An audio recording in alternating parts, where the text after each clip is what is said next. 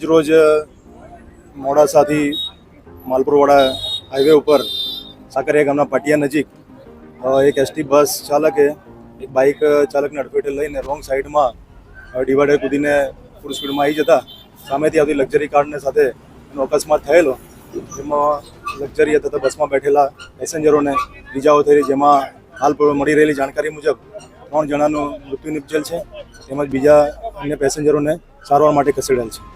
હાલમાં traffic clear કરાવવાની કામગીરી ચાલુ છે.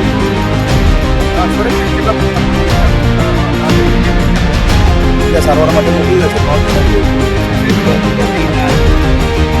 મુસાફરો રાજસ્થાન તરફથી.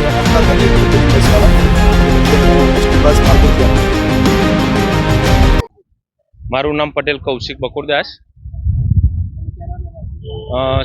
સાકરિયા ગામના રહેવાસી છીએ. અમે સવારે 11 વાગ્યાની આસપાસ સાકરિયા સ્ટેન્ડ ઉપર અકસ્માત થયેલ છે.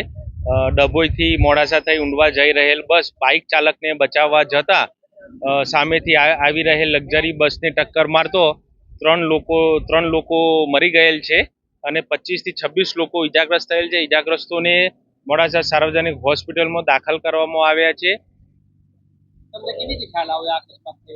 અકસ્માત થતો સાકરિયા સ્ટેન્ડ ઉપર જ થયેલ છે. તમે જોઈ શકો છો, આજુબાજુ ગામ છે, ઘરો જ આવેલા છે ઘરો, એટલે તરત ધડાકાભેર એટલો અવાજ થયેલ હતો કે આખું ગામ ભેગું થઈ ગયેલું અને સાકરિયા ગામના ગ્રામજનો દ્વારા બચાવ કામગીરી કરવામાં આવેલી હતી અને JCB ની મદદથી બંને લક્ઝરી બસ અને એસટી બસને અલગ કરવામાં આવ્યા હતા.